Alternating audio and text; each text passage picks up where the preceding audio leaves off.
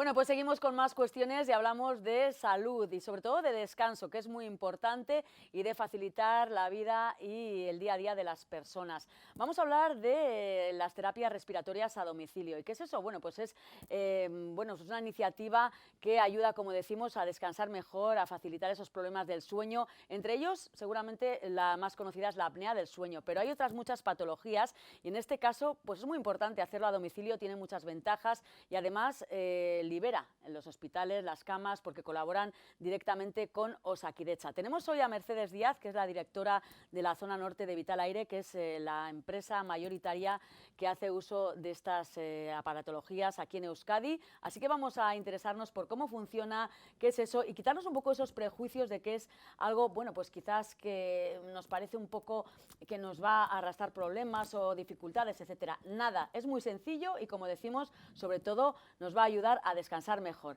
Así que, Mercedes, bienvenida y muchísimas gracias por estar con nosotros. A vosotros por invitarnos. Para hablarnos, como decimos, de esos... bueno, aquí vamos a hablar o vamos a decir que son lo que conocemos como unas máquinas, aparatos, etcétera, que luego son mucho más sencillas de lo que parecen y que nos va a ayudar a problemas como, bueno, decimos la apnea del sueño, pero también a pacientes con EPOC, bueno, a ventilación para estos pacientes y otras patologías, ¿no? Cuéntanos un poco. Bueno, pues desde Vitalaire, bueno, somos una empresa de terapias respiratorias domiciliarias y bueno, nosotros lo que hacemos es tratar a pacientes con problemas respiratorios. Normalmente son pacientes con patologías crónicas y que están en una situación estable. Y esto lo que hace es permitir que puedan usar una terapia en sus domicilios, lo que facilita, por un lado, también la liberación de camas del sistema de salud, claro, y por otra parte, que el paciente pues, pueda usar la terapia pues, en el confort de su casa y en un entorno de familia, ¿no? Eso facilita mucho el día a día y mejora mucho la calidad de vida del paciente al estar en un entorno claro, habitual y no en un entorno hospitalario. Es una ventaja sin duda y es muchísimo más cómodo, la persona puede ser mucho más autónoma, pero hay cierto prejuicio, ¿no? A veces hasta que arrancamos con, pues a utilizarlos parece que hay gente que como que se niega, que tiene un estigma ahí, que eso va a dificultar y es todo lo contrario. Bueno, sí, eso es algo muy habitual, ¿no?, que nos transmiten en consulta, pues bueno, ese miedo a lo desconocido, ¿no?, y a ese cambio pues en tu día a día, ¿no? De repente de un día pues te diagnostican de apnea del sueño y te dicen que tienes que empezar a dormir con un aparato, que tiene una mascarilla y que bueno, es lo que te va a hacer respirar mejor y por tanto dejar de hacer apneas durante la noche. Es un equipo muy sencillo de manejar y, bueno, y ahí es donde nosotros estamos para ayudar a los pacientes, ¿no? Les enseñamos a manejar el equipo, a cómo funciona, que lo que hace, lo explico de una manera muy sencilla. Sí. La apnea lo que es una obstrucción de la vía aérea mientras dormimos. Entonces lo que ocurre es que no tenemos un sueño reparador y nos levantamos pues, muy cansados, fatigados, con somnolencia diurna. Seguro que todos conocemos a algún amigo familiar que se nos queda dormido encima de la mesa y eso es porque no ha descansado bien, ¿no? Claro, y no vamos a confundir porque muchas veces se confunde, ¿no?, el que la persona que ronca mucho no es roncar, es que esa apnea te lleva como a perder la consciencia, ¿no?, unos momentitos o bueno, algo así, a la respiración quizás, el ronquido, ¿no?, se produce justo después de la apnea, es decir, cuando deja de pasar aire para recuperar otra vez la respiración es cuando se produce el ronquido. No siempre cuando se produce... No todos los que roncan tienen apnea, pero es algo muy habitual en pacientes que tienen apnea del sueño. Ese ronquido es uno de los síntomas más habituales, junto con el cansancio, la fatiga y la somnolencia. Con este dispositivo pues lo que hace es permitir ese paso de aire, que no produzcas apneas durante el sueño y que te levantes pues con mayor energía, sin esa fatiga y sin ese cansancio. ¿Cuándo hay que empezar bueno, ahí estamos viendo la página web de Vitalaire, que bueno, ahí explicáis cómo funcionan, bueno, pues las ventajas que tienen, cuántas personas la utilizan en todo el mundo, estamos hablando, o sea sí, somos una multinacional y bueno, tenemos pacientes en todo el mundo. Aquí en Euskadi pues atendemos a más de 36.000 pacientes. Bueno, pues ya hay personas que tienen enfermedades. Unos cuantos. Sí. Hemos hablado de la apnea, ¿no?, pero también, claro, la EPOC es muy conocida también, ¿no?, sobre todo en personas pues que han fumado mucho, etcétera, bronquitis. sinusitis, ¿no? Que le produce una Sí. obstrucción, bueno, exactamente tú me lo explicarás Sí. mejor. Bueno, la mayoría de nuestros pacientes son, como decías, de apnea del sueño. Más de 26.000 están Sí. con equipos de sueño en casa, pero también es importante el número de pacientes que tenemos con oxigenoterapia domiciliaria. Las patologías más frecuentes suelen ser la EPOC, que es la enfermedad pulmonar obstructiva crónica, que es una enfermedad pues eso, que es crónica, ¿no? Que dura mucho en el tiempo, y también la fibrosis quística es otra de las patologías que también tenemos, y luego también se utiliza pues, bueno, pues en pacientes oncológicos, a nivel paliativo, también se suele utilizar mucho la oxigenoterapia. ¿Y cómo os coordináis con el Sistema Vasco de Salud, con Osakidetza, un poco, bueno, pues en qué medida, cómo surge esa colaboración? Bueno, la colaboración es a través de un contrato que tenemos con Osakidetza. Y bueno, nosotros lo que hacemos es prestar el servicio de terapias respiratorias domiciliarias. Lo que hacemos es colaborar de una forma muy estrecha con, sobre todo, los servicios de neumología de los hospitales, que son los que prescriben las terapias respiratorias a los pacientes que los necesitan, y nosotros nos encargamos pues, de proveer el equipo, de formar al paciente, en tanto que conozca su enfermedad, como que conozca muy bien el uso y manejo del equipo para que pueda utilizarlo de manera adecuada y tenga pues, todos esos beneficios que se pueden obtener con las terapias respiratorias. Mercedes, comentábamos antes fuera de micro, ¿no? Que hay cierta reticencia, bueno, comentábamos incluso casos, ¿no? De personas que creen que eso pues, va a ser complicado de utilizar, que es un armatroste, que no sé qué, ¿no? Seguramente cuando ya lo utilizan, ¿no? Bueno, la mayoría de casos os dirán que cómo no lo han utilizado antes, ¿no? Sí. Sí, es muy habitual. Bueno, hoy en día la tecnología ha avanzado mucho y ya los dispositivos cada vez son más pequeñitos, ¿no? Y bueno, ahí está un poco también nuestra labor, ¿no? De aconsejar, acompañar a los pacientes, ¿no? Quitarles un poco ese miedo a usar el equipo, ¿no? Que lo conozcan muy bien, que sepan manejarlo y sobre todo que hagan ese buen uso para notar los beneficios, ¿no? Y luego a nivel de bueno, lo que es toda la aparatología, ¿no? Que igual lo más aparatoso es la mascarilla. Hoy en día hay muchísimos modelos bueno, que permiten un buen ajuste y bueno, pues cada uno tenemos nuestra nariz, nuestra forma o sea, que de incluso facial. ahí no vamos a decir personalizado en cada caso, pero sí que hay ciertos modelos que se adaptan quizás Eso un es. poco a cada persona, a cada fisonomía, etcétera. Eso es. Y decíamos, bueno, pues que ya no estamos hablando solamente de una apnea, que es lo más importante, ¿no? Que puede causar una dificultad importante, un riesgo importante por la noche, ¿no? Pero ya si hablamos de descanso, esto se tiene que notar muchísimo, ¿no? El despertarte, pues eso, como de la noche al día, ¿no? De haber descansado o no haber descansado, porque Totalmente. arrastrar un cansancio de una noche sin dormir, de 2, de 3, de 4, bueno. Sí. De hecho, se acaba normalizando, ¿no? Ese mal descansar, y la gente que empieza a utilizarlo con el tiempo, bueno, y a los pocas semanas de empezar a utilizar, es volver a vivir, y muchos pacientes nos dicen, ¿cómo no he empezado a utilizarlo antes, ¿no? Sí, la diferencia es abismal, de pasar lo que tú dices, de no descansar porque estás toda la noche despertándote, a tener un descanso y un sueño reparador y levantarte con energía y poder hacer tus actividades. Y sí. tanto, y tanto. Sí. ¿Cuál es un poco el paciente tipo de estos aparatos de vital aire? No sé si estamos hablando de personas mayores, quizás que tengan pues esas apneas, esas EPOC, que normalmente son gente mayor, o también hay pacientes más jóvenes, etcétera. Bueno, la mayoría de los pacientes suelen ser hombres y ya de una edad a partir de los 60, 70 años, principalmente los que tienen apnea. Pero bueno, sí suelen ser pacientes de edad avanzada en su mayoría. Aunque la apnea cada vez tiene un incremento muy exponencial y hay cada vez pacientes más jóvenes. ¿Y cuál es un poco el protocolo, digamos, ¿no? De una persona que va al médico, le diagnostican una apnea o cualquier otro tipo de patología pues de este tipo, más o menos, y ¿no? Hasta que empieza a utilizar pues estos aparatos, vamos a decirlo así? ¿Cuándo se empiezan a notar los beneficios, etcétera? ¿Desde la primera noche, desde el primer momento que lo utilizan, o es un poco con el tiempo?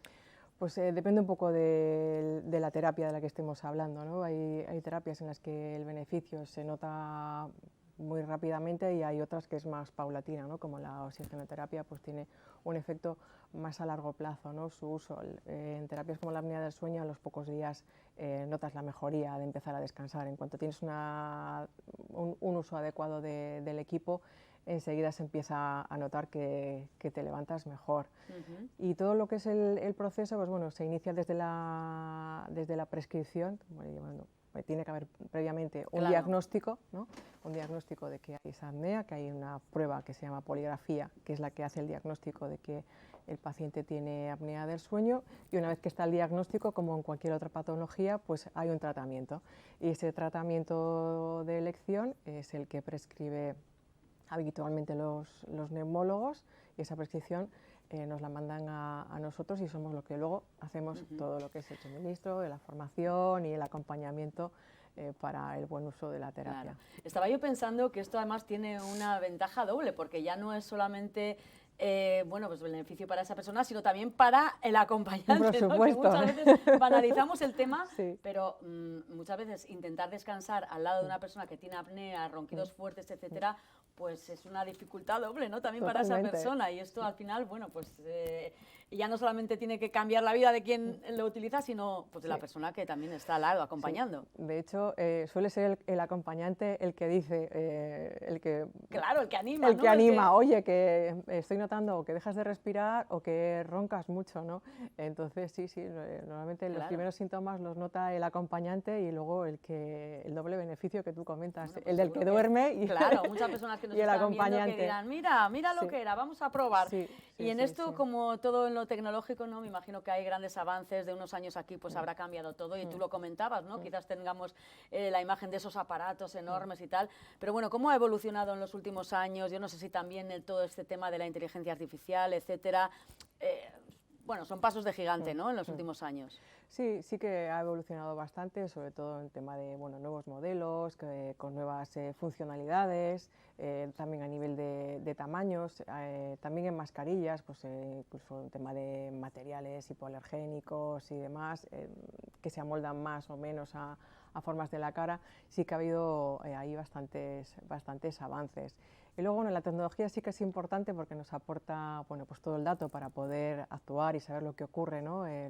Los equipos nos dan información para saber cómo está el paciente con la terapia, pero lo realmente importante, yo creo que es el equipo humano que está detrás, ¿no? Claro. Es el que luego atiende y soluciona, pues bueno, todas las incidencias que pueda tener un paciente con su terapia. Claro, eso te iba a preguntar precisamente, ¿cómo combináis o cómo adaptáis, ¿no? Un poco la tecnología con el enfoque humano, ¿no? Que es lo que me comentabas, que es lo realmente importante, ¿no? Sí, eso es el poder solucionar y atender, pues bueno, todos los problemas que pueda tener un paciente con su terapia, y que pueda hacer un buen uso de ella para tener, pues eso, todos los beneficios que estamos comentando.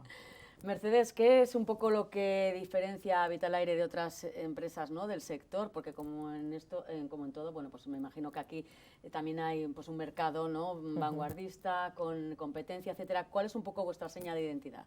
Bueno, la seña de identidad de Vitalaire, yo creo que es ese equipo humano, ¿no? que hay detrás en un principio, y aparte de utilizar también los últimos equipos que hay en el mercado, pero sobre todo también es el enfoque al paciente, ¿no? Estamos muy centrados en la atención y cuidado al paciente, con una formación muy alta de todo el equipo que trabaja con nosotros, y también con muchas actividades dirigidas al paciente, ¿no? Tenemos talleres para pacientes que les invitamos a asistir cuando están empezando con su terapia. A utilizar, digamos, para empezar a utilizarla, que comparten la experiencia pues, con otros pacientes que están en su misma situación.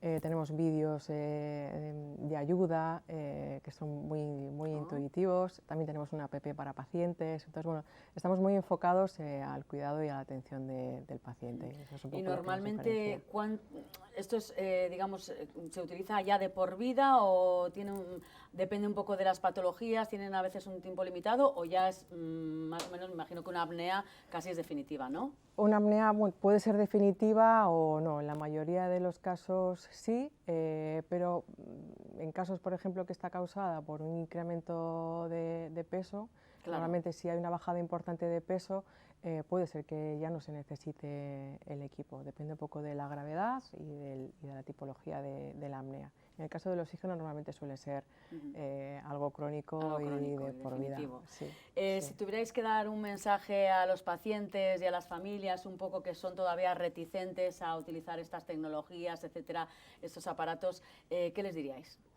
Pues bueno, yo les animaría a que nos consulten, que confíen en el uso y el buen manejo del equipo y que es algo que les va a ayudar a seguir con su vida diaria. Realmente no por utilizar una terapia respiratoria van a sentirse como un enfermo, sino que con las terapias respiratorias lo que van a conseguir es seguir con su vida cotidiana, ¿no? Pues ir a casa del hijo a comer, ir con el nieto al parque, pues por ejemplo un paciente con oxigenoterapia, que hay dispositivos portátiles con los que pueden salir a la calle y esto les permite pues ir al bar con los amigos o ir al parque con los nietos, ¿no? Y estaba pensando yo que además que esto no, bueno, tú te vas de viaje, o sea, no hay ningún impedimento, tú puedes hacer tu vida totalmente normal, ¿no? Es decir, bueno, normal, ¿no? Mejor, claro, mejor. Bueno, lo que te permite es hacer una vida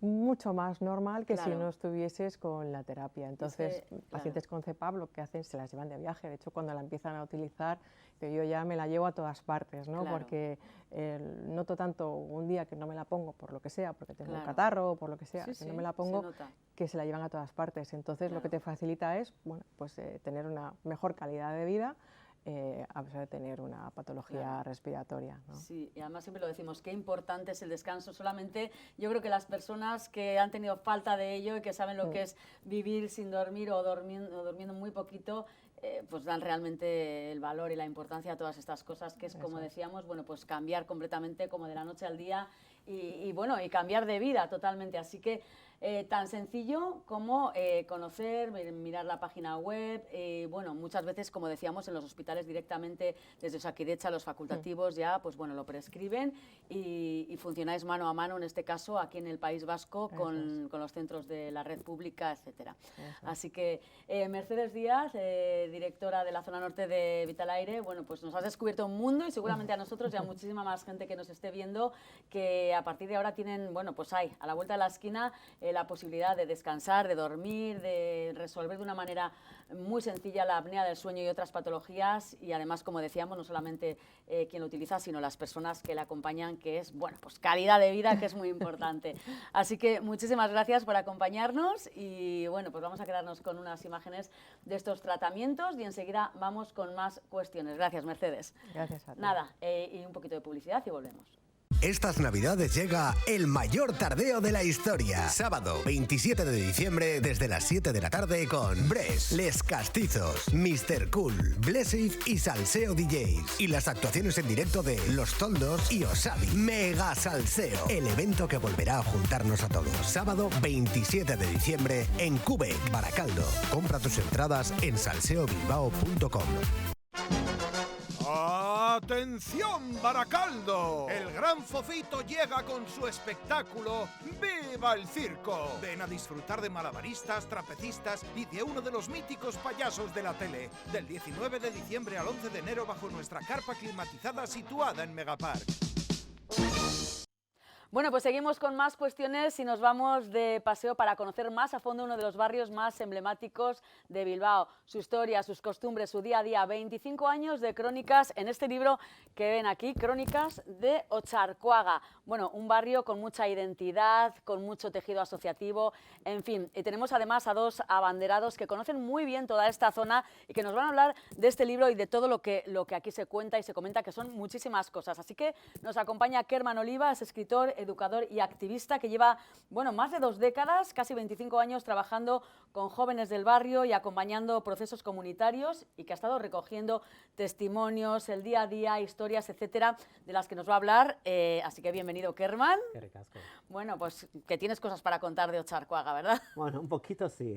Un poquito. Y quien conoce además también mucho Otxarkoaga y que también le conocemos mucho aquí, es Álvaro Pérez, concejal de Salud y Consumo de Bilbao y vecino y grandísimo embajador de Otxarkoaga.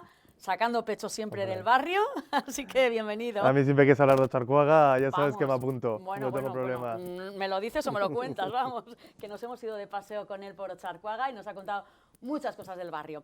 Así que lo primero, como artífice de este libro, Kerman, ¿qué nos vamos a encontrar en este Crónicas de Ocharcoaga? Pues la historia de Ocharcoaga desde mi punto de vista de los últimos 25 años, ¿no? En principio, esto surgió, a mí siempre me ha gustado recoger las cosas que van pasando por el barrio. Entonces, es una crónica de los últimos 25 años con la visión que yo he tenido en el año 2000, que es cuando empieza, y en el año 2025. Y ha sido muy curioso recopilar todas las cosas porque esos primeros años ni yo mismo me identificaba. Decir, uy, estoy escrito yo, si no parezco ni yo, ¿no? Pero he querido mantenerlo porque creo que el objetivo era que fuera real lo que pasó en ese año. Entonces, lo que vamos a encontrar es qué ha pasado en Ocharcoaga en los últimos 25 años. Y es una visión distinta de lo que siempre se habla de Ocharcoaga. Porque aquí se habla de cosas, pues por ejemplo, hablamos mucho del metro, de antes de que llegara, después de lo que ha llegado y las consecuencias que ha tenido, todo el desarrollo. Hablamos mucho de la urbanización, hablamos de cosas sociales, pero no hablamos de lo que siempre se habla de Ocharcoaga, que si la droga, que si no sé qué. Eso es otra etapa que está cerrada, ¿no? Entonces, esto es... Sí, hay como un estigma ahí que me imagino que ha ido pesando un poco y haciendo mochila inmerecida muchas veces, ¿no? Porque Ocharcoaga ha evolucionado mucho en muchas otras facetas, etcétera, y en 25 años supongo que han pasado muchas cosas, ¿no? En Ocharcoaga. Eso es, entonces vas leyendo el libro y vas recordando, hostia, esto pasó en tal año, y esto pasó también. Y entonces es una manera de recuperar un poco la historia de Ochar, pero lo que te decía, desde una visión distinta a lo que siempre hablamos de Ocharcoaga. Entonces es interesante, yo creo, pues recuperar este Ocharcoaga que es el actual, ¿no? Pues enseguida nos adentramos en todo ello. Álvaro, tú has colaborado también, ¿no? Has aportado fotografías, etcétera. ¿En qué manera? Porque ya conociéndote, seguro que has dado también ideas, bueno, has propulsado bueno, aunque el artífice sea Kerman, ¿no? Seguro que has aportado mucho. ¿Qué es un poco lo que has aportado? Pues yo sobre todo lo que más he aportado es también Germán desde hace mucho tiempo que quería sacarlo, pero no se atrevía a sacarlo. Yo siempre decía, jo, sácalo, yo creo que es importante. Animado, ¿no? Es animarle porque encima yo lo que me parece interesante sobre todo porque no lo he ido escribiendo para luego generar un libro, sino que he ido crónica por crónica porque son mensuales más o menos cuando sacabas y lo que ha hecho ha sido juntarlas. Y lo bueno es que es eso, que no es que tenga un hilo conductor, más que el hilo conductor es Ocharcoaga.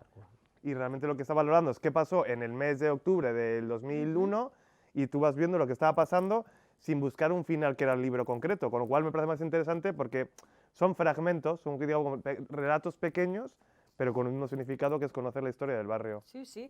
Y tú has aportado también fotografías, decíamos, mira, estoy mirando y estoy viendo aquí Ocharcoaga nevado, que yo creo que no lo he visto nunca nevado, pero alguna vez ha nevado en 25 años. En 25 años ha llovido y ha nevado. Ha llovido y ha nevado, pero bueno, que haya cuajado tanto como aquí, y esto lo has captado tú seguramente en algún momento. Sí, a ver, yo las fotos era porque, como yo escribir, pues siempre hay uno que es más listo, con lo cual era Germán el que escribía. Yo era más de las fotografías porque hice como un pequeño, claro, piensa que hace 25 años, pues yo tenía muy poquitos, no voy a calcular ahora porque salga 25 años menos que yo, es un chavalito, muy joven, un chavalín. Vamos, si no había nacido casi. Y yo tiraba pues más de la cámara y quería sacar cosas curiosas del barrio, como cosas más anecdóticas, y lo llamaba El Rincón de Pérez. Y era El Rincón de Pérez y esto colgábamos, él decía su crónica y yo colgaba una foto, y él ya todo realmente argumentario. Y la verdad que ha sido unir un poquito fotografías curiosas realmente con el legado de 25 años del barrio. Claro, jolín. Aquí estoy viendo, por ejemplo, marzo, un barrio estigmatizado, diciembre, línea 3 estancada, claro, enero, vecinos exigen seguridad, cosas que hemos ido viviendo en estos 25 años, incluso pues temas que en algún momento han sido actualidad y que tú los has ido uniendo todos juntos, ¿no? Y que viendo las personas que conocemos un poquito Ocharcoaga, decimos, ay, pues sí, mira, metro, llega una oportunidad comercial, el comercio del barrio, el barrio reclama atención, no sé, muchísimas cosas. Bilbao Izan ilumina la historia del barrio, que es verdad que en un momento dado ha sido un barrio estigmatizado, pero que fíjate tú la de cosas que tenemos aquí para leer, ¿no? Por ejemplo, situaciones para alguien que no conozca Ocharcoaga, ¿qué puede entender leyendo este libro? Pues mira, yo creo que hay una cosa, un dato fundamental, ¿no? Ahí hablamos mucho de lo que te comentaba antes del metro, todo lo que supuso la llegada del metro, qué se hacía, qué se nos hacía, la inauguración y el posterior, ¿no? Cómo el barrio ha cambiado a consecuencia de la llegada del metro. Entonces, eso en el libro se recoge muy bien, ¿no? Tú vas ahora por Ocharcoaga y ves un Ocharcoaga muy diferente al de hace 10, 15 años, ya visualmente. Ves otras personas, de otros países, y mucho tiene que ver relacionado con el metro, ¿no? El metro ha hecho que Otxarkoaga esté cerca de Bilbao. Claro. Estamos a 7 minutos del centro. Ujú. Entonces ha supuesto pues, una regeneración del barrio y yo creo que no planificada. Es decir, nadie cuando pensó en el metro pensaba que eso podía significar eso en Otxarkoaga, pero ha llegado, ¿no? Ujú. Y para todo ello, bueno, pues como decimos, mezclas un poco vivencias personales y relatos del barrio. ¿Cómo ha sido esa convivencia, esa recogida de testimonios, en un principio sin pensar en hacer este libro, además? Pues es lo que pasa cuando yo estaba releyendo, ¿no? Entonces había cosas que me afectaban en lo personal, porque también escribía cositas, intentaba que cosas que en ese momento yo estaba viviendo, mi situación personal, reflejarla también en la crónica, ¿no? Cómo yo me encontraba en ese estado de ánimo. Entonces es curioso porque he repasado la historia de Otxarkoaga, pero también he repasado mi vida. Claro. Entonces ha sido... Y tu vida ha tenido mucho contacto con los jóvenes del barrio, ¿no? ¿Cómo ha Sí. influido esa relación a la hora de contar o de escribir Otxarkoaga? ¿Cómo ha influido ese día a día, tu relación personal con ellos? Porque eso también se refleja, ¿no? Sí, hombre, yo creo que la juventud, a mí trabajar con la juventud yo creo que es una de las cosas que mejor, que a mí me ha ayudado siempre. Y entonces todo el reflejo que tiene la juventud a lo largo de estos 25 años, cómo también ha ido evolucionando, porque no son lo mismo los jóvenes de hace 25 años que los de ahora, a mí me sirve para ver cómo los jóvenes están viendo Otxarkoaga y cómo la han cambiado, ¿no? La imagen que podían tener los jóvenes de hace 25 años, mucho más de pertenencia, de que es nuestro espacio, de que era un barrio como muy nuestro, ¿no? Sí. Ahora está cambiando. Y yo no lo valoro como negativo, porque esto estamos haciendo que Otxarkoaga sea también Bilbao, ¿no? Antes parecíamos que éramos un poquito los apartados, ¿no? Ahora los jóvenes de Otxarkoaga se sienten también jóvenes de Bilbao. Está muy integrado todo, Eso claro. es. Entonces yo creo que eso también se refleja en el libro y eso es importante. Ujú. Para los dos un poco, ¿cuál ha sido un poco, bueno, me has comentado lo del metro evidentemente, ¿no? Pero a nivel de cambio, un cambio que destacaríais en estos 25 años de decir, Otxarkoaga ha pasado de la noche al día en esto. ¿Qué sería un poco lo que destacarías? Yo, por ejemplo, a mí me parece muy importante también el comercio, ¿no? El comercio ha evolucionado de una forma pues, que yo desconocía en el barrio. Pero los dos, ¿qué destacaríais así? Yo, por ejemplo, yo creo que cualquier persona que habla de Otxarkoaga de hace 30 o 40 años va a hablar de la urbanización. Porque yo, mi memoria, siempre ha habido calles en Otxarkoaga, pero la memoria de los más antiguos no había, Claro, no había no huertas, calles. había... No, eran bloques. No había nombres no de había calle. nombre de calles, era el 101, el no sé qué. Claro, para mí siempre ha sido Chotena, Langarán, claro, Irubineta. claro. Y yo tengo el recuerdo de mi infancia de que cada día tenía que cambiar mi itinerario para un sitio a otro, porque siempre el barrio estaba en obras. Claro, porque antes eran caminos de tierra. Claro, es decir, y parece que tan curioso que dices, a ver, que no ha pasado tanto tiempo, pues eran caminos de tierra y para ir de mi casa a la parada, que es como era el núcleo, yo cada vez tenía que hacer un itinerario diferente porque siempre había una obra porque estaba urbanizando el barrio. Y así el gran cambio, yo creo, del barrio fue cuando se urbanizó de una manera de calles, aceras, carreteras, es decir, estaba ya... Sí. Piensa que al final el barrio es del 63 y se construyó muy rápido, con materiales de aquella manera, y surgió como muy espontáneamente, con lo cual todas las deficiencias urbanísticas se detectaron con el tiempo. Charcos, mala conexión, y eso ha ido poco a poco subsanándolo, y como dice Germán, hasta el punto de llegar en que somos un barrio más de Bilbao, seguimos siendo muy orgullosos de Otxarkoaga, pero es real que al final estamos siendo ya un barrio integrado a las mismas características y servicios que tiene cualquier Bilbao. otro, lógicamente. ¿Y tú, Kerman, no sé si coincides con Álvaro un poco en eso? Evidentemente el Otxarkoaga del año 2000 con el de ahora no tiene nada que ver, ¿no? Y eso que urbanísticamente, visualmente, es un barrio amable, además es un barrio por su situación geográfica, que hay una luz que no hay en todo Bilbao, que por eso podemos chulear de ello, ¿no?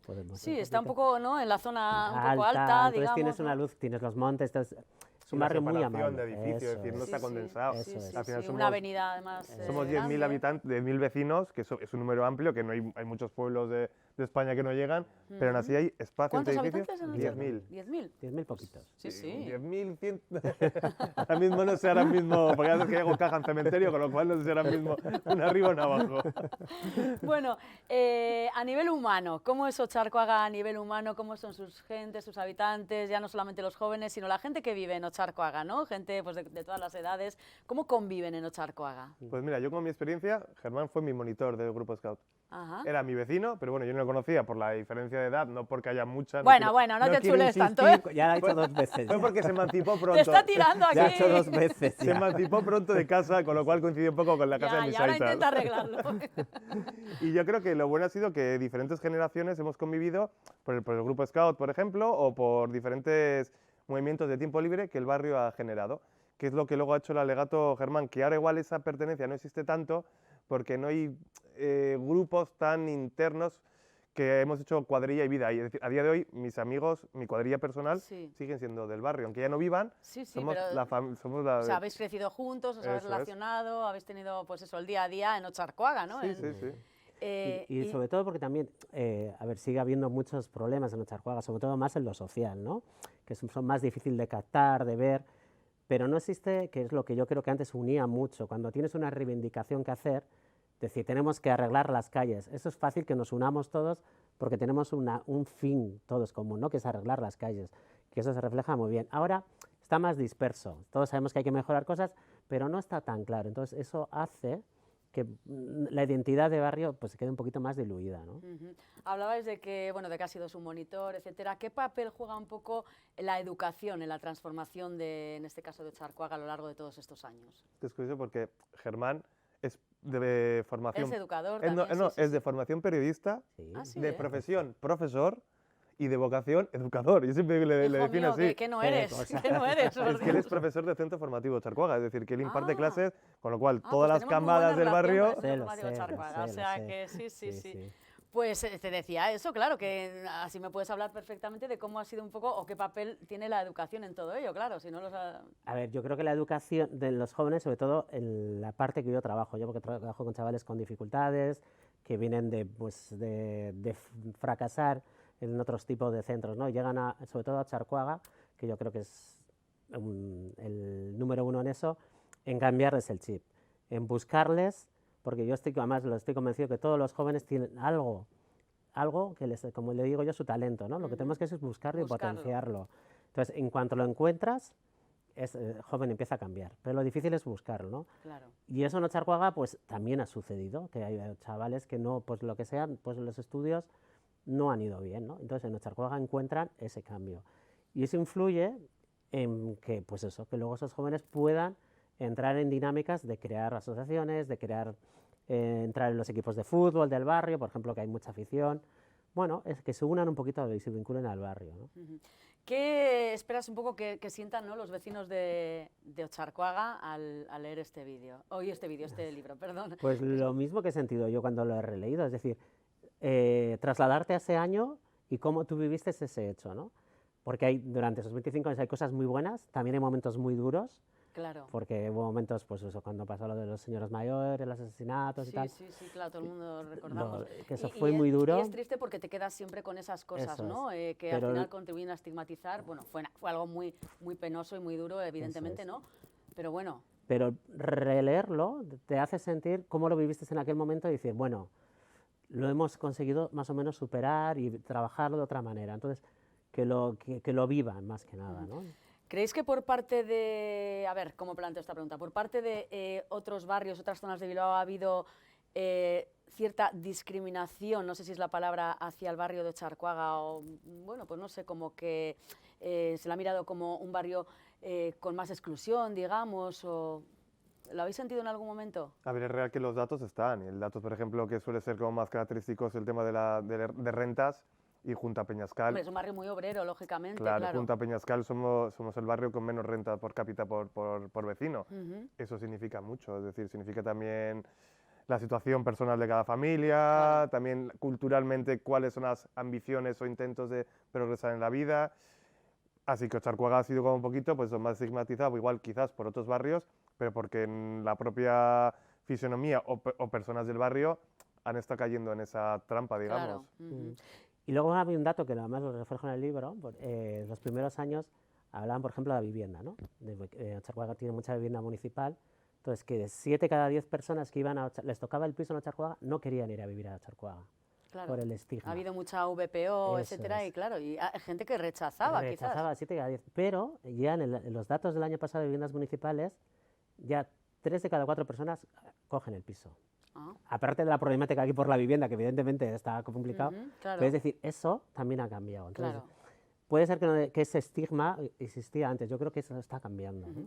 Hablábamos de precisamente esa, bueno, pues que es un barrio obrero, ¿no? Pero precisamente yo creo que los barrios obreros, tenemos varios ejemplos, ¿no? Quizás son los que más desarrollan un tejido asociativo, un tejido de comunidad, ¿no? En este caso, Otxarkoaga creo que es un claro ejemplo, ¿no?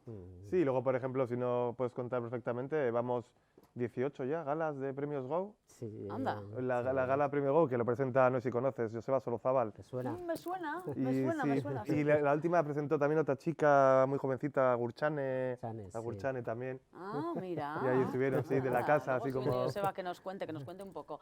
Y bueno, y esos premios lo que hacemos es un reconocimiento a personas que a lo largo de la historia han puesto en bandera a Ocharcuaga. tiene cosas muy bonitas. Y ahora me está viniendo, por ejemplo, lo de los cuentos, esos que hacéis. cuentos infantiles, Creo que hay sí. algo de magia también que hacéis a veces. Eso es, en mayo. Bueno, pues el hogar creo que el de las personas mayores también hacen muchas iniciativas. La verdad Sí. que tenéis muchas cosas que merece la Y era pena. un certamen de cortos. Y un certamen de cortos, que El también creo que cortometraje. me suena un poco, que también Sí, me suena, sí, también sí, me sí. suena, sí, sí. ¿Qué os gustaría que un joven, por ejemplo, del barrio de 14 o 15 años, que quizás no ha vivido pues de hace 25, ¿no? concluyera o aprendiera con este libro? Sobre todo, que sepan de dónde venimos. Es decir, que lo que ellos llegan a un barrio o están viviendo en un barrio que no era así.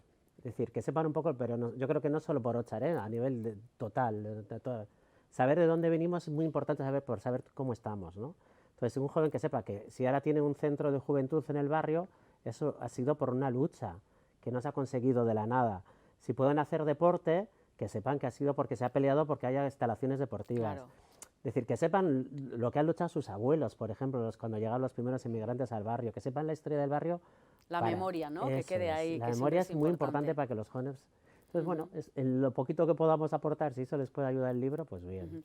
No sé si hay alguna historia del libro especial, alguna situación que nos podáis destacar, no sé, que os haya emocionado especialmente o que haya marcado algo en Ocharcuaga que digáis, pues esto merece la pena reseñarlo, ¿no? No sé si hay algo particular No sé, a mí... de todas estas vivencias. Hay un momento, por ejemplo, cuando estábamos en la pandemia, y yo escribo en la pandemia, Sí. y lo que yo vivo en ese Es momento... decir, ¿tú todos los meses has ido escribiendo? Más o menos, claro. Aproximadamente. Entonces, lo que vivimos en la pandemia, ¿no? Entonces yo lo leo ahora, esa sensación de inseguridad, de miedo, ¿qué va a pasar? ¿Qué hacemos? No sé qué. Y cómo lo intentaba yo reflejar, ¿no? Entonces, a mí, por ejemplo, es un momento que a mí, cuando lo he releído, me trasladó a la pandemia y decir cómo estábamos, esa sensación que teníamos, yo por lo menos en casa, de Fíjate, decir, sí, ¿qué sí. va a pasar? ¿No? Que era Claro. una cosa... Entonces, el tema de la pandemia fue, yo creo que es uno de los momentos más Y importantes. que se menciona aquí también. Sí. Y Álvaro, no sé si tú tienes alguna situación así... No, yo reconozco que al final lo del metro para mí fue un bombazo, es decir... Bueno, es que sí, ha sido un barrio Claro, conectadísimo es que- ahora mismo. y encima- Y no solamente el metro, que tenéis muchas líneas de autobús también, o sea, que es un barrio que... Claro, y como decía Germán, yo por ejemplo ya conozco que el 03, que para en Arbolancha arriba del todo, yo lo he vivido siempre ahí, pero tenemos fotos, porque es verdad que desde Tender, que es la asociación donde Germán es presidente y donde yo trabajaba y que sigo siempre vinculado, tenemos un centro de documentación del barrio, los trolebús, cómo pasan por Ocharcuaga, diferentes imágenes del barrio, de ver cómo se ha transformado. Pues a mí este libro me evoca eso, a conocer los últimos 25 años a través de una persona desde dentro, no solo con imágenes, sino con texto, porque normalmente tenemos o vídeos muy antiguos Sí, sí. o cosas descontextualizadas, y aquí es todo lo contrario, tenemos Claro. un hilo argumentario de 25 años seguidos de cómo se ha ido transformando. Bueno, pues la verdad que una radiografía, bueno, a través de 25 años. ¿Dónde podemos encontrar este libro? No sé si está... Pues en principio en Ocharcuaga lo vamos a poner en el kiosco Carlos, Ajá. o en las oficinas de la asociación. Y bueno, pues por ahí van a ir. Bueno, que se informen y si Sí. no, Álvaro seguro que a través de Álvaro... Ocharcuaga.es, En todo. Ocharcuaga.es y las sale la redes cara de sociales. Álvaro ahí, o sea, si es Bueno, que Álvaro vamos... sale en el libro porque al final Hombre, es vamos, un es que personaje si no público, sale Álvaro, sí, entonces sí. hay que hablar. Bueno, Hay que le se metemos nota caña, que le metemos le caña. caéis mal los de Ocharcuaga, se nota, ¿verdad? Bueno, es un buenísimo embajador, ¿no? Sí, Eso, sí. me imagino que todo el barrio, a Álvaro bueno... Yo a ver, ahí no seas cagué. modesto, No, Álvaro. no, sí yo que es ya, verdad. yo ya no entro. Es verdad, Cada es uno verdad. tendrá su opinión. Bueno, pues la verdad que Crónicas de Ocharcuaga, oye, yo habéis traído dos, uno igual me lo puedo quedar, porque yo sí, me lo sí. voy a leer, que yo he vivido toda la vida, no en Ocharcuaga, pero muy cerca, en Zurbaran. Entonces, bueno, pues he conocido mucho Ocharcuaga también y me va a hacer ilusión rememorar todas estas cosas. Así que, bueno, ¿qué más vamos a decir ya de Ocharcuaga? Si lo hemos dicho todo, ¿no? Siempre hay un capítulo nuevo. Siempre hay un capítulo nuevo. Bueno, pues otros 25 años no vamos a esperar, pero por lo menos todo esto que ha pasado, pues yo creo que es muy interesante. Así que gracias, Germán, Álvaro, y bueno, ya sabes que Álvaro, cuando quieras, nos vuelves a visitar con otra cosa. Es que ricasco, Qué ricasco. chicos. Y nos vamos a quedar con unas imágenes de este barrio con tanta identidad como es Ocharcuaga, al que tantas veces hemos visitado. Así que nada, nos quedamos con ello y enseguida vamos con más cosas.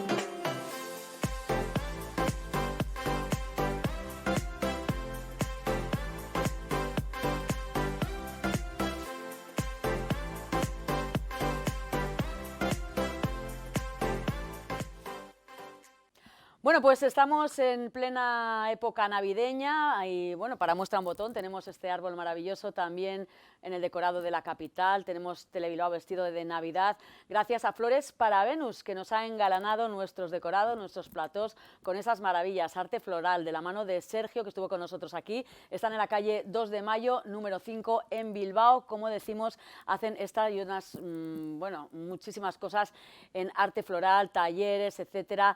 Tema de bodas, tema de eventos, en fin, una maravilla. Y hablando de la Navidad, como decíamos, pues este año es muy especial la Navidad en Getxo, porque es el único municipio de Vizcaya que tiene una noria, además, bueno, ¿de qué dimensiones? 24 metros de noria, como decíamos, se ha dado ese pistoletazo de salida a la Navidad con muchísimas actividades. Ahora vamos a ver unas imágenes, como decimos, con esa instalación de la gran noria de 24 metros en el muelle Evaristo Churruca, que ya se ha convertido en el símbolo festivo del municipio.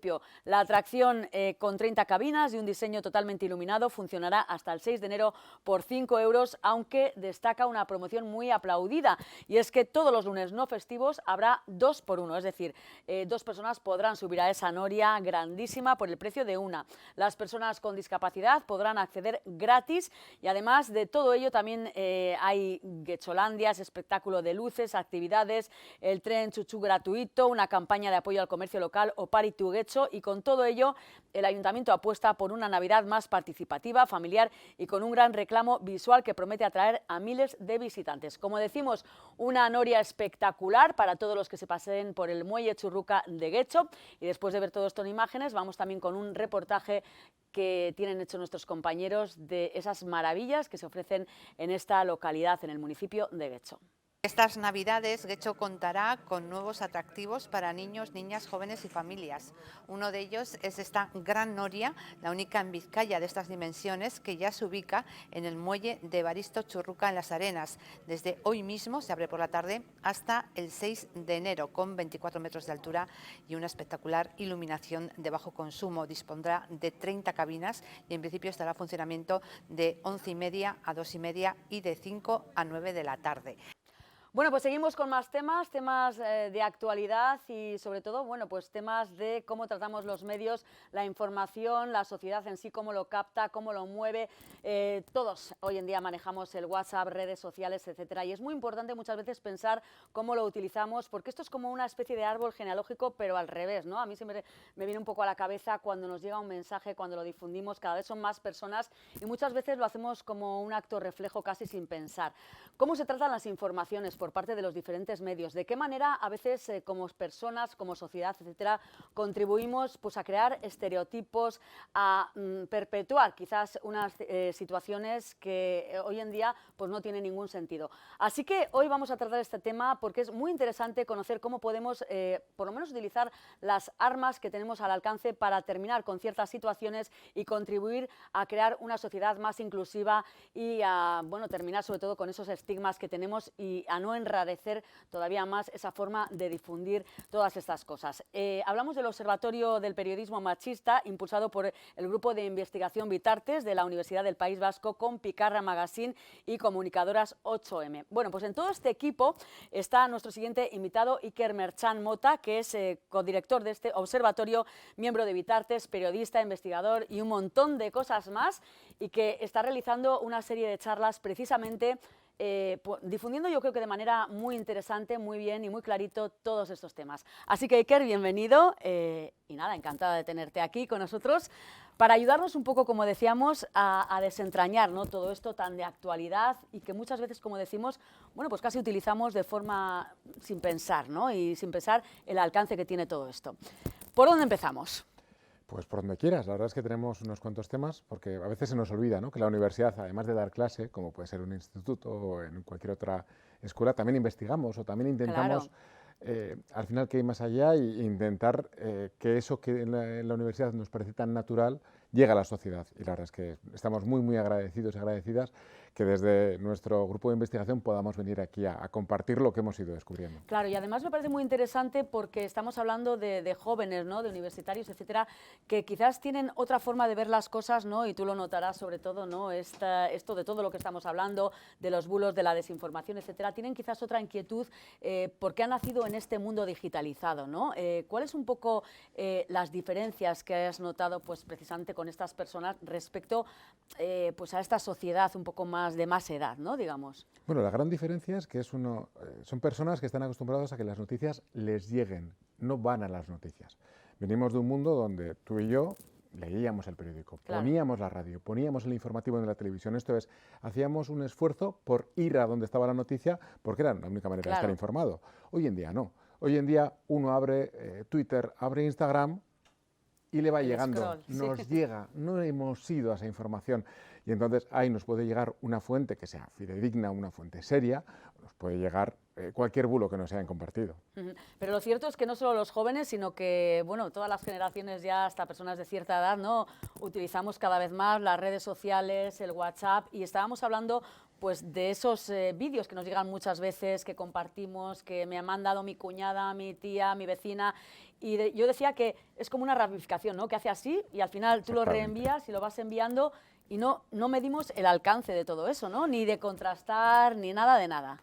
Claro, porque ahora nos piden que hagamos de periodistas, ahora nos piden que hagamos de redactores jefe. Claro, si estamos hablando de lo que pasaba en los años 80 o en los años 90, ¿quién podía publicar? Pues publicaba Telebilbao. Telebilbao tenía una antena con la que podía llegar a los hogares vizcaínos, pero desde luego yo no podía emitir un vídeo, no tenía capacidad para emitir un vídeo. Ahora cualquiera se puede grabar, lo puede subir a YouTube. Pensemos cuántos días se publican de vídeo cada hora, por ejemplo, en YouTube. Es una cantidad inmensa de contenido que cualquiera puede decir lo que quiere, con todo lo positivo que tiene para que la libertad de expresión, pero con lo negativo que tiene para que ciertas ideas como las antivacunas, los terraplanistas, todas estas ideas que dábamos por superadas como sociedad, de repente han vuelto con esa posibilidad que tiene cada uno de publicar. Y de publicar por un lado y de amplificar, porque si lo que yo recibo de repente lo comparto a mis contactos de WhatsApp o si lo comparto en mis redes sociales, desde luego lo que estoy haciendo es de alguna manera actuar como periodista, ser parte de ese flujo y quizás convertir lo que se tenía que haber parado porque no era cierto, lo he convertido en una avalancha que va a ser mucho más grande. Claro, tú lo has dicho, ¿no? Cualquiera puede decir lo que sea. Yo creo que es lo que hoy en día pues es uno de los grandes problemas que tenemos, ¿no? Que todos somos voces autorizadas para decirlo, ¿no? Y a mí me parece muy interesante, sobre todo en el tema del observatorio del periodismo machista, ¿no? Quizás ese tema, precisamente el machismo, ha sido, bueno, pues uno de los temas que más ha evolucionado, ¿no?, a lo largo de las últimas décadas, etcétera. Y bueno, precisamente los medios, ahí tenemos una responsabilidad y todo el mundo, quizás, ¿no? ¿Cómo podemos contribuir a apoyar un poco a ese observatorio, a ayudar y a remar, ¿no?, con él? El observatorio al final es una idea sencilla. Parte de la idea de que un periodismo machista es necesariamente un mal periodismo. No creemos que haya más machismo en el periodismo del que hay en la sociedad. Esto es, el número de machistas o el número de los comportamientos machistas que tenemos las personas que podemos estar cerca de los medios es igual a la que puede haber en el resto de la sociedad. Pero sí creemos que si cambian los medios, puede cambiar la sociedad. ¿Y qué es lo que hacemos? Vemos qué coberturas machistas hacen los medios de comunicación. ¿Qué es una cobertura machista? Cuando hablan de cualquier tema, que puede tener o no con el machismo, puede ser una violencia machista o puede ser un desfile de modas. Y vemos cuando ese medio de comunicación, por ejemplo, para hablar de una cantante, hablan de su cuerpo. O para hablar de una abogada, hablan de su cuerpo, de esa cosificación. O cuando de repente minimizan la violencia de género. Como esos titulares que, por ejemplo, decían que un hombre había sido imputado por intentar tener sexo con su mujer. Que yo sepa, intentar tener sexo con tu mujer está muy lejos de ser un delito. Claro. Está claro que si a esta persona la han imputado y si le han sacado de su casa y si le han llevado a la cárcel es porque ha intentado violarla o al menos agredirla sexualmente. Pero el periodista en este caso parece que le parece excesivo decir eso de un marido y dice que ha intentado tener sexo, lo ha minimizado, le ha quitado importancia. Como otro caso que decían que un hombre tiene relaciones consentidas con una mujer, pero acaba condenado porque intentó una práctica que ella no quería, o le había dicho que no quería. Digo yo que si había intentado una práctica que ella de manera afirmativa le haya dicho que no quería, está claro que esas relaciones hace tiempo que han dejado de ser Y esos titulares son de hace relativamente poco, es decir, están normalizados. El último año, los últimos 2 años, recogemos en el observatorio titulares reales. Algunos pueden ir incluso hasta el 2010, pero la inmensa mayoría son titulares recientes que se siguen dando porque no podemos evitar tener una manera de ver el mundo machista muchas veces. Lo que tenemos es que intentar que no sea así, ser conscientes de ello, y lo vemos no tanto como una manera de culpar a los medios, que en este caso no creemos que no sea donde está el problema, sino una manera de que la sociedad se pueda preguntar a sí misma cómo lo podemos hacer mejor. Y yo animo a la gente que entre en periodismomachista.com, que es nuestra página web, periodismomachista.com, que vea qué titulares y que vea que en cada uno de ellos lo que hacemos, ofrecemos por qué es machista, lo categorizamos porque hay 9 tipos de machismo. Hemos visto el de cosificación de las mujeres, hemos visto el de minimizar la violencia contra las mujeres. Existe a veces esos titulares que utilizan incluso la palabra mujer en vano, como por ejemplo que Tesla elige a una mujer para dirigir la empresa. O 2 mujeres pisaron la luna por primera vez. A mí me gustó mucho las charlas que has impartido, porque la verdad que eran como muy prácticas y muy claro, ¿no? Y me acuerdo que comentabas también, por ejemplo, que en el caso de los hombres normalizamos que se les conoce, por ejemplo, por el apellido, ¿no? Pues los grandes científicos, los grandes matemáticos, y sin embargo las mujeres, es verdad que se sigue diciendo el nombre y el apellido. ¿Por qué? Damos por hecho, ¿no? Sabemos quién es Edison, eso es. Sabemos quién es Einstein, sabemos quiénes son tantos y tantos hombres importantes en el mundo, pero cuando hablamos de Marie Curie siempre tiene que ser Marie, nunca puede ser solo Marie. Y en el caso de las científicas es claro, pero incluso yo mismo veo que yo como profesor en la universidad, a mí el alumnado me conoce mucho más por el apellido y a mis compañeras les conoce mucho más por el nombre de pila, sabiendo que el nombre de pila es el elemento que tenemos con respecto de lo privado, lo íntimo en el periodismo. Incluso ayer vimos que había 41 noticias que hablaban de Cerdán, el apellido, que hablaban de Paqui, pero que no hablaban de Muñoz, que era el apellido de Paqui. Esto es, en este caso, se le infantiliza, se le trata de menos, no se le trata como una persona, como delincuente que lo sea o que no lo sea, pero al mismo nivel que él. Sí, está claro, Y además, bueno, pues como decíamos, ¿no? El problema está en que eso incluso se ha llegado a romantizar muchas veces, ¿no? En el pasado. No sé si a la gente quizás de más edad les sigue costando, ¿no? Quitarse esos clichés, esos estigmas, ¿no? No vamos a llegar nunca a que la gente quizás de más edad no sé, normalice que hay que vivir en una época que no sea machista o en una sociedad no machista. Ojalá fuera un problema de la gente de más edad, porque significaría que sería un problema que se resolvería simplemente esperando. Es verdad. Por desgracia no estamos en ¿Las nuevas generaciones vienen también con esos clichés? Sí, porque no podemos evitar vivir en una sociedad patriarcal en la que los hombres lo tenemos mucho más fácil. No digo que lo tengamos fácil, pero lo tenemos mucho más fácil. Y eso al final se ve en que cuando al alumnado universitario se le enfrenta a estos titulares, se sorprenden de que existan y muchas veces no ven. Decías antes un titular que es fantástico, que es el de 2 mujeres caminarán solas por el espacio por primera vez. Ah, sí, es que me llamó la atención. Que es un titular que cuando preguntas al alumnado ¿qué tiene de malo? Dicen nada. Y luego les preguntas ¿cuántas mujeres tienen que estar juntas para que dejen de estar solas? Parece que si no hay un hombre con ellas, siempre van a estar solas, si no hay alguien que las tutorice, ¿no? Esa frase de ¿qué hacéis las 17 solitas bailando en las discotecas? Pues aquí nos pasa algo parecido. Sí, y entonces, con el alumnado tenemos que ver que realmente los jóvenes, por desgracia, no es que vengan con la lección ya aprendida, evidentemente están mejor que nosotros, y me alegro de que sean mejores que nosotros, pero que tenemos que acelerar este proceso porque ojalá esa igualdad que comentas llegue cuanto antes. ¿Tiene mucho trabajo por delante el Observatorio de la Violencia Machista? Por desgracia sí, nos suelen preguntar ¿qué tal os va? Y decimos, por desgracia nos va muy bien, porque no nos falta material. ¿Cuál es un poco la forma de trabajar del día a día del Observatorio? ¿Cómo es un poco esa relación con las personas con las que trabajáis, etcétera? Pues la verdad es que un proceso fascinante en su sencillez. Lo que hacemos es recibir las quejas, las denuncias que nos llegan a través de la página web de periodismomachista.com, que tiene un buzón para que cualquiera pueda enviar el titular que le parece machista, y tenemos ese grupo de personas, que al final es tan sencillo como un grupo de WhatsApp, donde estamos personas de la academia, personas de la universidad, esto es, personas del periodismo, que son las compañeras de Pícara, y activistas feministas que puedan dar esa otra visión más combativa, más desde la primera línea. Y lo que hacemos es preguntarnos algo tan sencillo como ¿este titular es machista? Y solo si es unánime la respuesta de que sí, ese titular lo publicamos. Y es a veces interesante también los titulares que alguien no considera machista, porque al final vemos, por ejemplo, el otro día hubo un titular muy interesante en el que hablaban de dietas para adelgazar para mujeres. Pues era como, por un lado nos lo parecía que era para machista, y por otro lado alguien decía, es que realmente el metabolismo es diferente y en un momento dado alguien puede necesitar una ayuda distinta. Bueno, pues ahí al final no entró, pero esa misma duda nos parece que es interesante para avanzar en que nos planteemos, porque no venimos desde la verdad absoluta a decir cómo tienen que ser las cosas, sino venimos sobre todo a hacernos preguntas y a cuestionarnos algo tan fácil como la regla de la inversión. Si lo hiciéramos a la inversa, en este caso, si hiciéramos dietas que son específicas para que los hombres nos quitemos la barriga cervecera, sería machista, y vimos que no. Por lo tanto, en este caso no lo vamos a meter en el grupo. En el saco, ya. Con un problema tan acuciante como es el tema de la violencia machista hoy en día, ¿no? ¿Cuáles son un poco los errores más frecuentes que siguen cometiendo los medios de comunicación a la hora de informar precisamente sobre este tema tan grave, tan gravísimo, ¿no? Bueno, los más graves son algunos que he comentado y otros que hay por ahí, siempre que se culpa a la víctima. Esa idea de que ella no pidió ayuda. Eso ha habido unos casos ya muy extremos como una mujer provoca un accidente al intentar evitar que su novio le matase, que es como, hombre, no pongas el foco en que ella provoque el accidente, que lo único que hacía era intentar no morir, ¿no?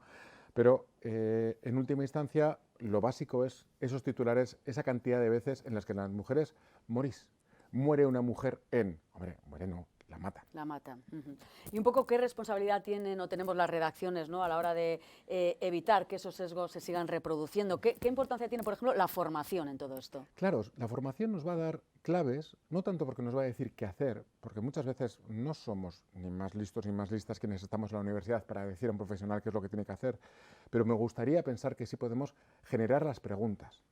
Que cuando alguien escribe un titular se plantee, esto es la mejor manera de contarlo, porque si vemos todos los titulares que hemos ido viendo hasta ahora en esta entrevista, lo cierto es que ninguno de ellos es buen periodismo. No existe el buen periodismo machista. En ninguno de estos casos es cierto. Cuando decimos multan a una mujer, multan a un hombre por cantar canciones de amor, es mentira que le estén multando por cantar canciones de amor, le están multando por acosar. Claro. Estamos mintiendo, no estamos haciendo bien nuestro trabajo, que es contar la realidad tal y como es. Por lo tanto, la labor que tenemos los periodistas cuando nos enfrentamos a estos temas es preguntarnos, ¿realmente estoy contándolo de la mejor manera posible? Y en esa pregunta, en ese plantearnos, en ese segundo que tenemos, esos 5 o 10 segundos que tenemos antes de darle a clic para enviar, desde luego está donde la diferencia entre hacer un buen trabajo o hacer un trabajo mediocre. ¿Y por qué no nos paramos precisamente a hacer ese trabajo de reflexión, etcétera? No solamente como medios, sino como sociedad, porque estábamos diciendo que hoy en día todos somos agentes casi autorizados, ¿no? ¿Realmente vivimos tan deprisa que no nos paramos siquiera a analizar lo que estamos leyendo, lo que estamos reproduciendo, lo que estamos enviando? ¿Esto es así? Claro, si los profesionales tenemos problemas, imaginémonos a alguien que no ha recibido ninguna formación, que de repente recibe una noticia que le emociona en el sentido más puro del término, porque normalmente cuando compartimos esta clase de informaciones, y sobre todo cuando estoy pensando ahora en bulos, por ejemplo, lo hacemos desde la emoción, nos indigna, nos parece algo tierno, no es algo que nos parece que es muy buena noticia, ¿cómo no voy a compartir con todo el mundo una noticia tan positiva? Claro. Entonces, nos apela a los sentimientos, es algo que nos apetece hacer. ¿Quién no quiere compartir algo que es peligroso para nuestros hijos, para las personas a las que queremos? ¿Cómo no vamos a querer que eso se difunda? Por lo tanto, lo difícil ahí es tener la cabeza fría, el pararnos y el plantearnos realmente si merece la pena que seamos parte de esa cadena. ¿Y cómo reaccionan los jóvenes cuando son conscientes de esos sesgos de los que estamos hablando, ¿no? Porque si ya gente quizás con un poco más de edad nos llama la atención, ¿no? Yo creo que a la gente joven les tiene que llamar mucho más, aunque decías que hay de todo, ¿no? Pero bueno. Hay una respuesta que me encanta, que es la de, ¿pero cómo puedo equivocarme en esto si yo no soy machista?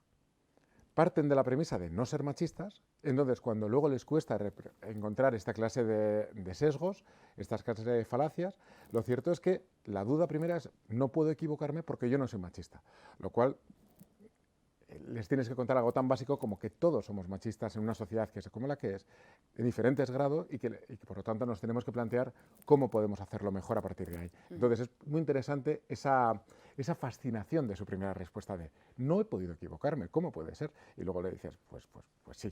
Claro. Está a la orden del día la inteligencia artificial, ¿no? Y es un elemento también importante, ¿no? Incorporarlo para identificar patrones sexistas. Un poco cómo puede ayudar precisamente la IA actualmente a terminar o a mejorar el periodismo. Bueno, me encanta que me hagas esta pregunta porque estamos empezando un proyecto con el grupo ITS, también de nuestra universidad, de Euskal Herriko Unibertsitatea, de la Universidad del País Vasco, y están estudiando cómo podemos utilizar la inteligencia artificial entrenada específicamente para encontrar estos sesgos. Sabemos que el trabajo no puede acabar en la inteligencia artificial, pero probablemente puede empezar en la inteligencia artificial.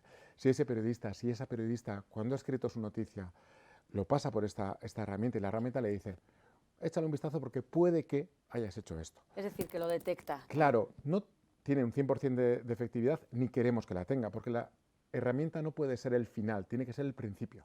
Esto es, o al menos algo intermedio, de la misma manera que utilizamos un autocorrector para ver si me ha escapado un punto fuera de lugar o si he puesto un burro con V en un momento dado y me he equivocado, tenemos que poder utilizar la herramienta para que nos ayude al menos a hacernos esa pregunta que decíamos antes. Por lo tanto, nos encanta que la inteligencia artificial pueda ser una manera de hacer ese análisis más burdo para que después las personas decidamos, ¿tiene razón o no tiene razón? Bueno, hablábamos del machismo y también hay algo, bueno, pues en lo que se trata de una manera diferente en los últimos tiempos y que creo que también es importante destacar, ¿no?, que es el tema LGTBI, ¿no? Quizás también hemos contribuido a crear unos estigmas, etcétera, que ahora tenemos que enfocarlo de otra manera. ¿Cómo tratamos los medios y cómo deberíamos tratar pues todas las noticias LGTBI que tienen este trasfondo? Claro, el problema es a quién le damos voz. ¿Quién consideramos que es una persona pertinente como para hablar de cualquier tema? Y cuando digo cualquier tema puede ser de física nuclear, o puede ser los baches que han aparecido en la carretera, o puede ser de lo que ocurre en la bolsa, ¿no?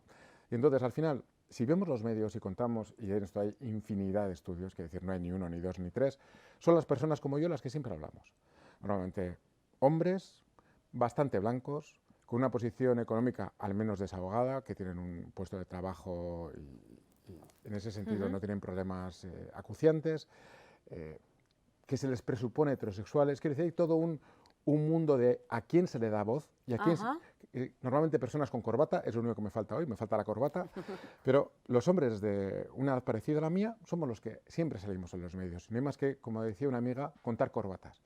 Abrimos el periódico y vemos cuántas corbatas salen, no hay ya ni contar hombres, contar corbatas. Pero no hay más diversidad en los últimos años, nos está dando voz muchísimo a... Por supuesto, pero es suficiente. Realmente están representados en la medida en la que tienen que estarlo. Por ejemplo, comentábamos antes el tema de las mujeres. Las mujeres están representadas entre el 20 y el 30%, y sabemos que son el 50%. El colectivo LGTBIQ+, estamos hablando probablemente de un 10, un 15% de la sociedad. ¿Están representados entre un 10 y 15% de la sociedad? Probablemente seguimos en una infrarrepresentación y que cuando hablamos de no hay nada menos normal que lo que nos venden como normal. Es decir, nunca es suficiente, nunca somos suficientemente inclusivos, nunca somos suficientes. Lo acabaremos por ser, pero desde luego hay que trabajar. Si vemos, estamos muy lejos de llegar a esos porcentajes de que los medios de comunicación traten como normal lo que es normal.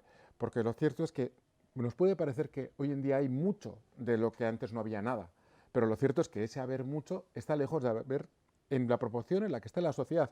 No se trata de que haya ni más ni que haya menos. Y en ese sentido sí que desde la universidad tenemos un plan de igualdad que afortunadamente, paso a paso, no digo que estemos perfectos, pero sí estamos intentando a través de medidas, un protocolo muy claro de, por ejemplo, de inclusión de las personas trans, con todo tipo de medidas de respeto a su nombre, e incluso en cosas tan convencionales como que puedan tener unos baños donde no hay un estigma de a cuál les estás entrando.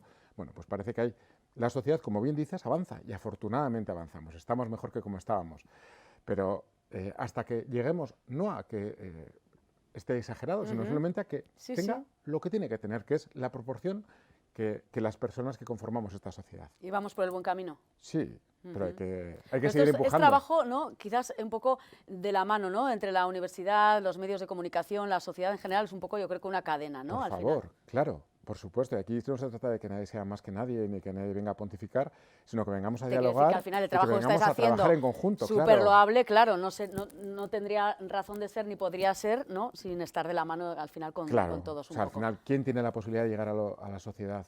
Vosotros y vosotras desde los medios de comunicación. ¿Quiénes tenemos la posibilidad de llegar al alumnado que en nuestro caso estudia comunicación? Pues claramente desde la academia. Se trata desde cada uno de los lugares que tejamos red, Claro. que hablemos, que veamos cómo podemos trabajar de forma conjunta. Y que si tuvieras que dar un consejo, un único consejo a una periodista, a un periodista, ¿no? Para que se está formando en este caso para mejorar un poco su forma de hacer periodista, su trabajo, evitar titulares sexistas, ¿qué le dirías? Por supuesto que se replantee las cosas, que cuanto más preguntas nos hagamos, mejores periodistas vamos a ser. Y que no se trata de ser buen periodista y además buscar la inclusión, o de ser buen periodista y además no ser machista, sino que está en la esencia de ser buen periodista el reflejar la sociedad tal y como es. Y esta sociedad tiene una mitad que son mujeres y tiene un porcentaje significativo que es diverso en cuanto a orientación sexual y en cuanto a orientación de género. Quizás no somos conscientes, ¿no?, de la responsabilidad tan grandísima que tenemos. Quizás es uno de los grandes problemas, ¿no? Claro, porque cuando nos pueden ver y cuando lo que decimos se convierte en nuestra forma de hablar, en nuestra forma de expresarnos, en nuestra manera de visibilizar, pues tenemos que tener una responsabilidad ante ese micrófono, ante esa cámara. Pues Iker Merchan, codirector del Observatorio, miembro de Vitartes, investigador, profesor universitario, doctor, en fin, todo el día trabajando, y la verdad que es, bueno, pues un trabajo magnífico, todo lo que estáis haciendo, sobre todo, bueno, pues por contribuir, ¿no?, a crear una sociedad más inclusiva, más diversa, más justa, y bueno, y que nos has ayudado mucho, yo creo, a clarificar conceptos, a plantearnos y a replantearnos ciertas cosas, así que es que ricasco, y bueno, no sé si quieres dar algún mensaje. Yo creo que nos lo ha dicho clarísimo. Daros las gracias porque de verdad todo lo que sea oportunidades para conversar, para sentarnos, para poder ver hacia dónde podemos avanzar, yo creo que es positivo. Pues yo creo que ha quedado muy claro, y además yo creo que todo el mundo que nos está viendo, bueno, pues le puede dar una vuelta a todo esto que hemos comentado, a estos mensajes, a esos titulares que leemos al abrir el periódico, a toda la información que nos llega de forma tan masiva, en fin, que es un cúmulo de muchas veces de interacciones, de realidades que nos vienen y que al final, bueno, pues no nos damos cuenta que todo ello contribuye, ¿no?, a dar pasos hacia adelante o a quedarnos estancados, quizás deberíamos pensarlo. Pues con ello vamos a terminar, nos vamos a ir, pero vamos a irnos de una manera muy especial porque nos vamos a ir a la localidad de Sondica, donde esta semana se inauguraba un nuevo local de ocio, un nuevo local que va a contribuir a dinamizar la vida del municipio. Iker, al frente de todo su equipo, como decíamos, bueno, pues después de unos años cerrado, han querido dar una vida, un nuevo enfoque diferente a la Terpe de Sondica. Nos hemos pasado por ahí, así que les invitamos a todos a que se pasen a disfrutar de un buen ratito en esa Terpe de Sondica. Con ello nos vamos y les emplazamos, como siempre, aquí dentro de 7 días. Hasta entonces, agur.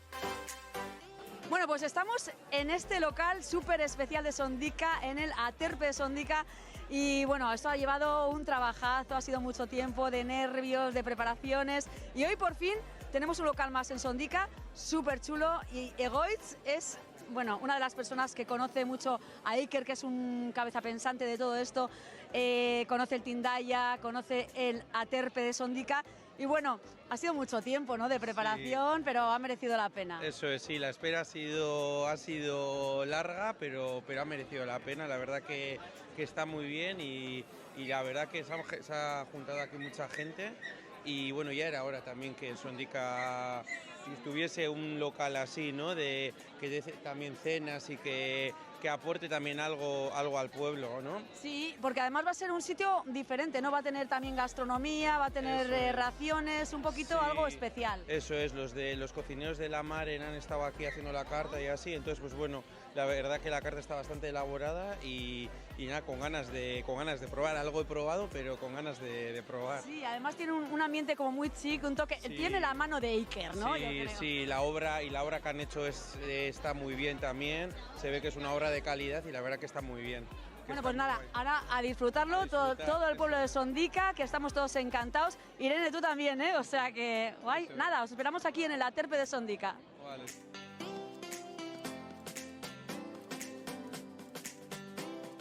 Es verdad que el abrir este bar siempre ha estado abierto hasta bastante tiempo, luego ha habido una temporada que está cerrado y bueno, el volver a abrir otra vez, ¿no? Pues efectivamente eso, ¿no? Supone que bueno, pues que tengamos otro bar más en Sondica y que bueno, pues que la gente se anime también, ¿no? a estar por el pueblo. A ver, es verdad que Iker, ¿no? Tiene otro bar que es el Tindaya y bueno, el volver a, ¿no? tener otro bar y abrir otro bar, pues la verdad que nosotros también, pues como el ayuntamiento, ¿no? nos hace también mucha ilusión y bueno, y le apoyamos también en que bueno, pues en que abra y ponga en marcha este nuevo bar.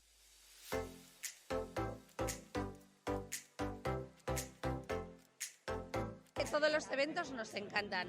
Bueno. Además son eventos muy bonitos, muy chulos. Nos juntamos toda la gente del pueblo, es algo muy bonito, ¿eh?